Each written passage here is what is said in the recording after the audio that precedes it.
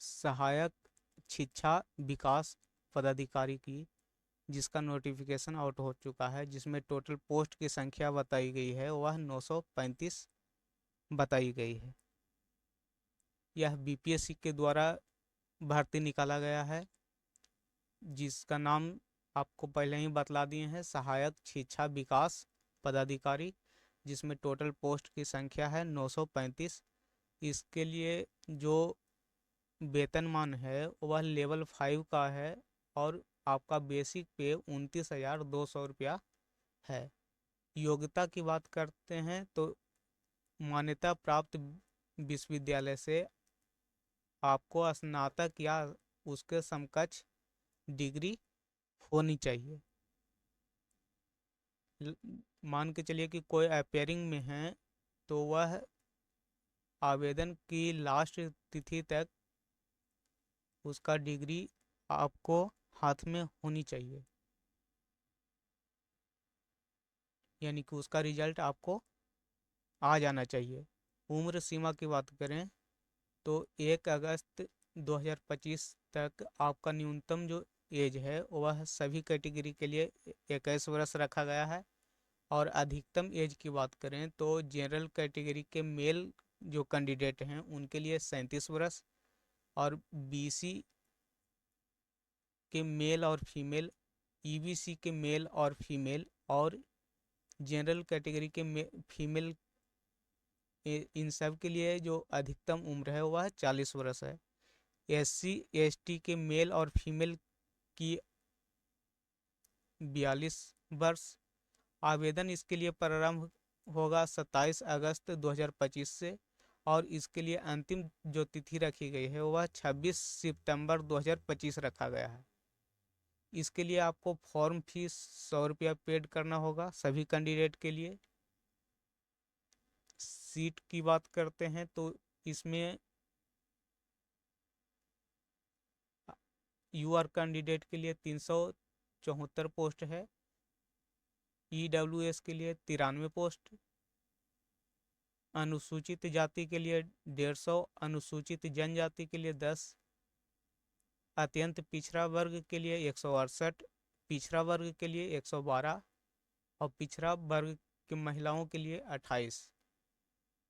35% क्षैतिज आरक्षण के फलस्वरूप कुल पदों में से महिलाओं के लिए अनुमान पद की संख्या, यहाँ पर आरक्षण के बाद महिलाओं को सीट जो है निकल के आया है 319।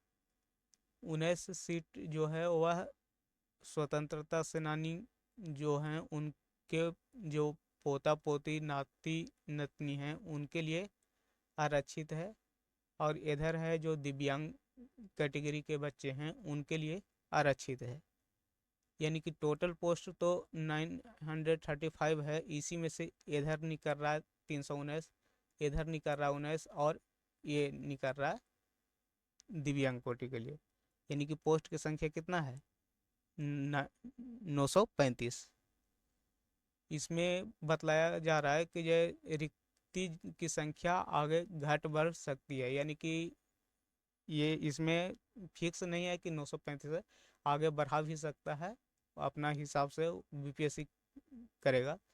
लेकिन अभी के लिए हम लोग मान के चलते हैं कि 935 ही है।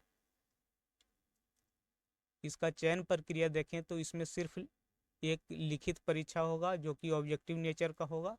इसमें कोई इंटरव्यू का प्रावधान नहीं है, यानी कि जो बच्चे इंटरव्यू से डरते हैं तो उनके लिए यह एक अच्छा अवसर है।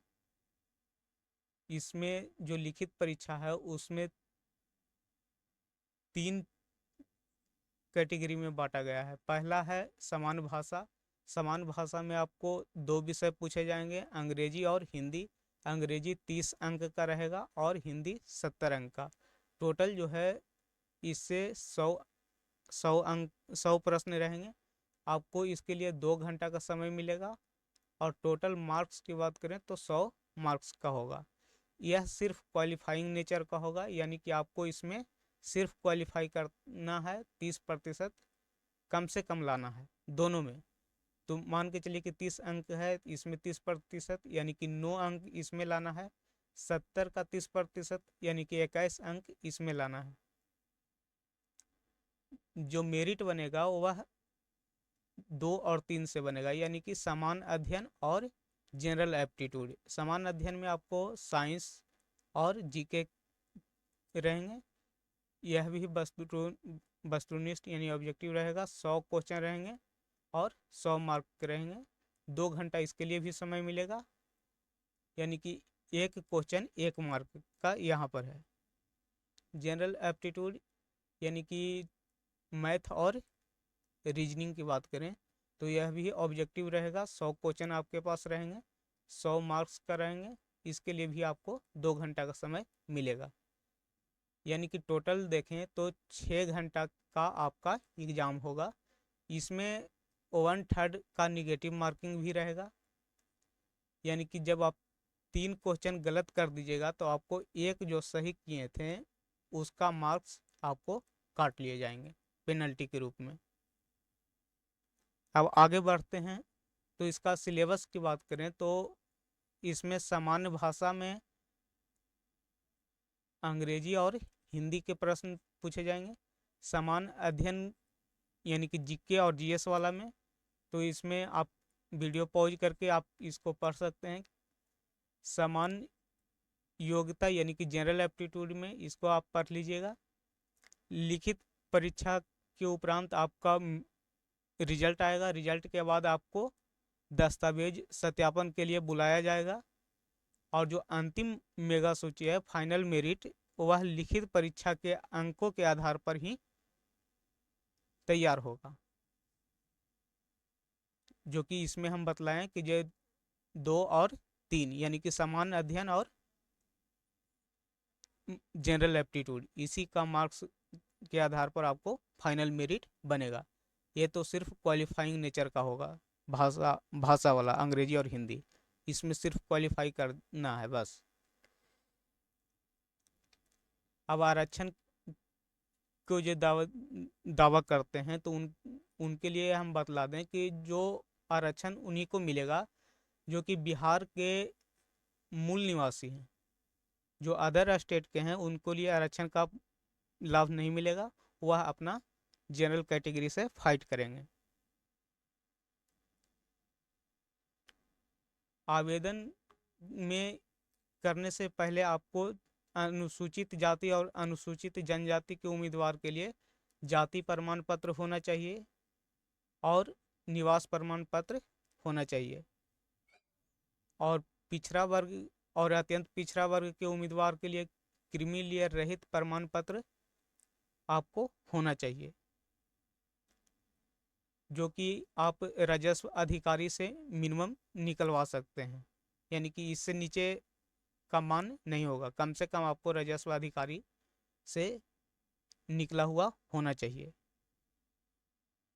और जो आरक्षण का दावा करते हैं जो कि महिला विवाहित हैं उनका जो जाति और निवास और क्रीमिलियर रहित प्रमाण पत्र है यानी कि नॉन क्रीमिलियर, वह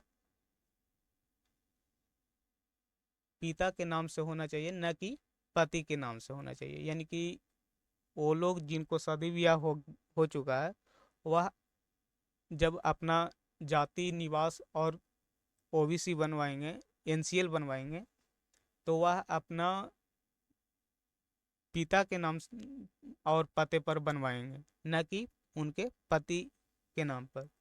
इस बात का आप लोग ध्यान रखिएगा। ये सिर्फ उन लोगों के लिए है जिनको शादी हो चुका है, वो उन प्रकार के महिलाओं के लिए। इतना ही था। Thank you for watching this video.